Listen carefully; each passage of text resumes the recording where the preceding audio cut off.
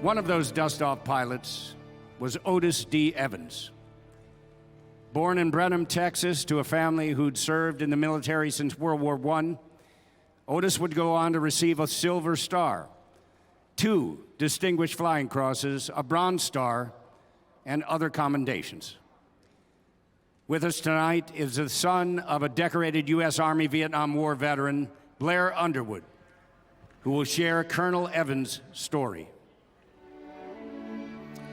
I'm a member of a family of 6. My father was a Navy seaman in the Pacific during World War II. He was proud of his service. In college, I did 4 years of Army ROTC. I must have been good at it, because I ended up being Cadet Brigade Commander. From there, I joined the Army. I knew at some point I'd probably end up in Vietnam. I figured I'd be a medical administrator. It didn't work out that way. The Army needed medevac pilots. I was deployed to Vietnam in '68 and assigned to the 101st Airborne, flying one of their helicopter ambulances. The Dustoff call sign came from all the dust the rotors would churn up when the choppers landed. I'd only been with the 101st for about 2 months when a bunch of us were sent south to fly for the 45th Air Ambulance Company out of Long Binh. That was a baptism, and I mean with fire. The war became very real, very quick. I was confident in my ability, but I'd never flown in combat. We got a call to pick up a soldier who had a life-threatening chest wound. While we were on final approach, 2 rounds came up right underneath my armor-plated seat. I knew for sure I was hit. The crew chief flipped the seat back and said, "Don't worry, Lieutenant. There's no blood. You're all right." And we went right back in again. You'd get 2, maybe 3 missions a day like that, picking up people in hot landing zones. Never knew what you were going to get, so you had to be prepared for anything. We were never in an area for more than 15 minutes, but it felt like a lifetime. The first 3 weeks, the toughest thing was the smell. I mean, you could see the blood and carnage, but the smell, you never got used to it. And then you became numb to it, and you just did your job. The worst thing was to lose a patient in flight. You never forgot those faces. It was hard not to wonder, how are his parents going to take this? That's a heavy responsibility. You didn't leave that kind of environment without some baggage, some scars. The game change was picking up the wounded in the field, in the middle of a firefight, day or night and all weather. We let people know you got somebody hurt, you need help, you call us. We won't leave you until we've got you wounded. That was our Dustoff motto. There was a time we called the golden hour. When you got somebody out into a hospital within 60 minutes, their chances of survival were pretty good. That was a great feeling. For the ground troops, the sound of a rotor blade meant help was on the way. One day we had a call to pick up some wounded on the side of a mountain. Couldn't land because of the cloud cover. I went back to the fire base and this 1-star general says, "What's the problem, Captain? Can't do the mission?"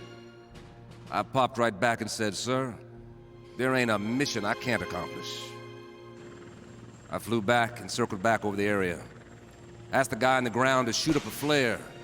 It came straight up through the clouds and floated down real slow. And I just followed it until I popped out above the trees. When I got back to the 1st unit, the sergeant told that story and said, "You know, that Evans is a crackerjack." Man, when you get to be called a crackerjack, you feel that close to God. The guys I flew with, we were all comrades. Just like in ground units, you form friendships, and when someone is lost, you feel the pain. My closest friend, Captain George Minor, crashed into trees. Jerry Tyrus Lee got hit by an RPG. He didn't have a lot of time to mourn because there was always another mission. Everybody knew what the game was. Everybody knew that any day you might not come back. It really weighed on you a lot in the last 30 days, when there's a real possibility you might be going home. Couldn't be sure until you got what we called the freedom bird. When those wheels broke ground, baby, that's when the cheers would go up. On the bird, they briefed us about what we might expect when we got back to the States. There were people back home who didn't appreciate a lot what we did, and and what we went through. Those experiences in Vietnam, I just put them in a trunk, locked that trunk. My trunk didn't really come open until I visited the Vietnam Memorial Wall in '91. That brought back a flood of memories. You think of 58,000 of your brothers gone. And it doesn't hit you until you see their names. All the things you thought you'd put away just come pouring out.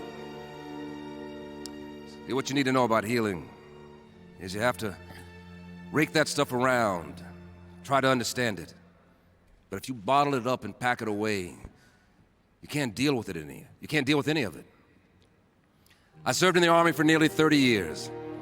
After the flying thing, I got into healthcare administration. I'm honored to have worked at Walter Reed Military Medical Center. I'm mostly retired, but still working to create museums and memorials to honor the fallen. When we talk about soldiers, we think about what they achieve instead of why they do what they do. But once you're in combat, you form a brotherhood. I fight for you, you fight for me, and if we fight together, we can survive. Folks paid a high price to put us where we are. We need to reflect on that. Memorial Day isn't only a moment for me to look back on my own experience, but to pay homage to those who gave their all. That Dustoff culture hasn't changed.